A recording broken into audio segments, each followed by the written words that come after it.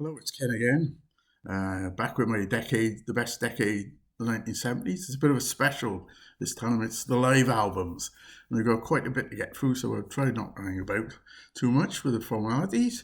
As always, if you've got any comments, put them down below. Bad or good, all accepted. And if you like what you see, subscribe. So without further ado, push on. What a decade for live albums the 70s was.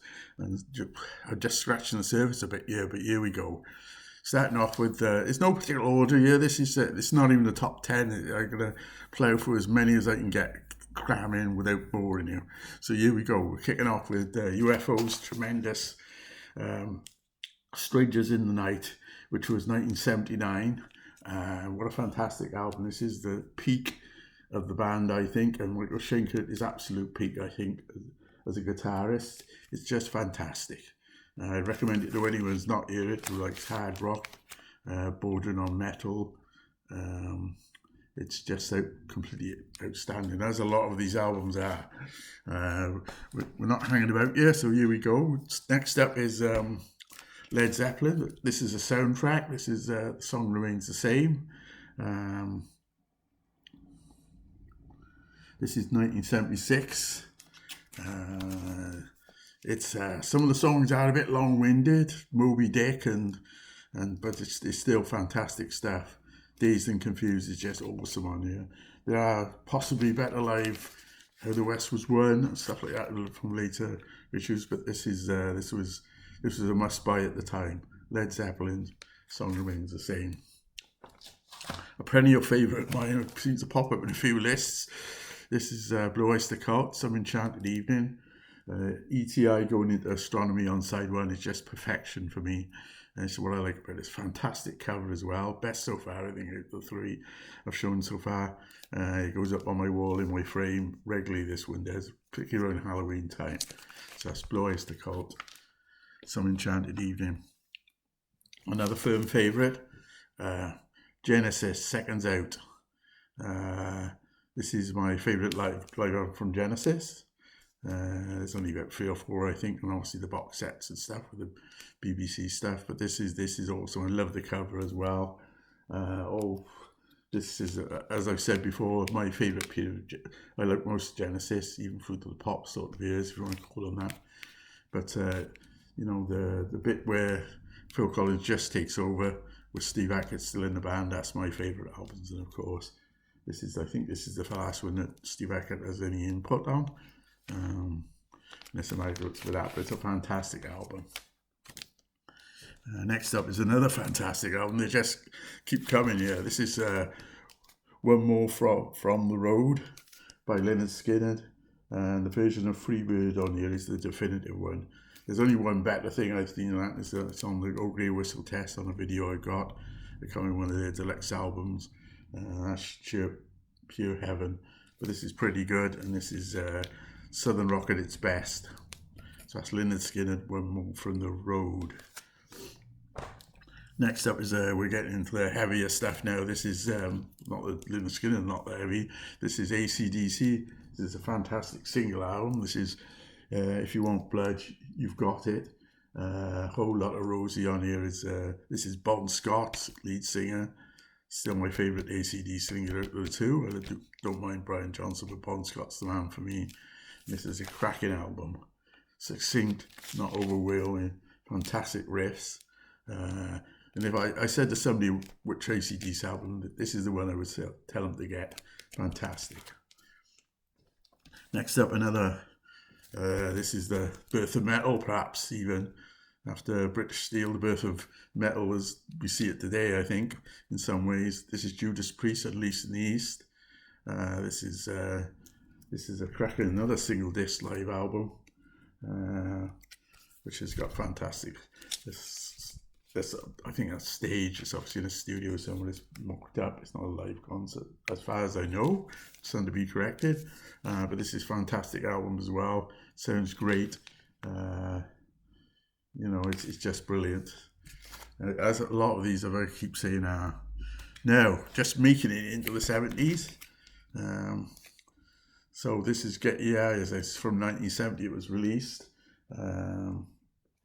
but it's the best Stones live album, one of the best Stones album per se. This is absolutely at their almost just about to reach their peak. Jumping Jack Flash, Ship Me Through the Devil, Street Fighting Man, Charlie on the front with the guitars and donkey and drums. I've never quite worked out what all that means, but there you go. Any suggestions, put in the comments. Fantastic. And to sort of go with that as well, from 1970, one of the old time, this is the 3-disc deluxe half-speed mastered version. I've got a few versions of this on CD. I've got 2 on CD and 3 on vinyl. It's the Who live at Leeds. And actually groundbreaking. I think it probably broke, for rock, it broke the live album, made it something that most bands started doing for the 70s. In some way, the sound get your hairs out, perhaps. Heaven and Hell, Substitute, Happy Jack, and then you got Tommy on this version. You got Tommy. There wasn't none of Tommy on the original, but this is astounding. Actually, the band, I think, and several connoisseurs think that Live at Hull is the better performance. I think it was the night after. It has been released. I've got it on CD, but it still is iconic. Live at Leeds, The Who. And here we go with another iconic album. Their first appearance, and that's a bit of a clue today. This is made in Japan. Hard rock masterpiece. Fantastic. Child in Time. Just awesome. There's nothing I can say that can add to what everyone else has said about that. Another gem. Thin Lizzy, Live and Dangerous. Tony Visconti produced this. Jailbreak, The Boys Are Back in Town. It's like the best of at the time for them. Fantastic cover again. Mammoth at the time, is all over the place. Everyone who liked rock had a copy of this, I think. Some great box sets have come out since, obviously, with the complete records and stuff. What a fabulous album that is. And from my essential ones now, so all these have been essential for me. Coming on to some perhaps second division, not essential, but that's arguable on another day. Who knows? Scorpions, Tokyo Tapes. No Michael Schenker or anybody on this, but this is Ulrich Roth. This is, I think it's his last album with him. I'm not sure. Stand to be corrected on that. My favourite on here is Will Burn the Sky, which is an interesting side note. The lyrics is a poem by Monica Danica, I think it is, or Danaman. Not quite sure about now. But she was a girlfriend of Jimi Hendrix. They put music to it, and it's a fantastic song. Polar Nights is on it as well, Flight to the Rainbow. Fantastic. In the Budokan in Japan. Now, what I'm calling my second division ones, but not disrespect them at all. We kick off with those were my essential. This is my next essential ones. Live Rust, Neil Young, unbelievable performances, some acoustic ones, and then he gets the electric guitar out and blasts everybody off stage, really. Weird setup with road eyes and all that, and the big amps and everything, and the speakers, and what a performance. So there you go, that's Neil Young, Live Rust. Yes Songs, yes, this is a triple album, as was the one with LP and Yes. Fantastic cover by Roger Dean. Fantastic album. Some iffy sound in places, and the box set to come out with all the performances, Prodigy, is I've got that as well, and probably improves in some areas, but it's still a must-have from the 70s for live albums. Queen, Live Killers, not spoken about as one of the best live albums, I don't much, but it's still got All You Want on it. It's fantastic, as a lot of these albums are. Some people don't like live albums. I do. I think they're great if they're done properly. And there's a triple bumper, Wings Over America. This was astounding at the time. Paul venturing into doing this with the poster and everything, doing some Beatles songs and stuff. Soily is my favourite on the last track on there, which I don't think is on any other album. This is Wings Over America. And Rush, Enter the Field, All the World's a Stage, their first live album. It's got all the early stuff on it, obviously, because it was quite early in the performance. 1976, I do believe. Trying to check my list here, that's why I'm looking over there. Well, the double album, 2112's on there, and Vital and the Snow Dog. Was in the 80s, they had Exit Stage Left, which is another fantastic album. As is this, Allman Brothers at Fillmore East.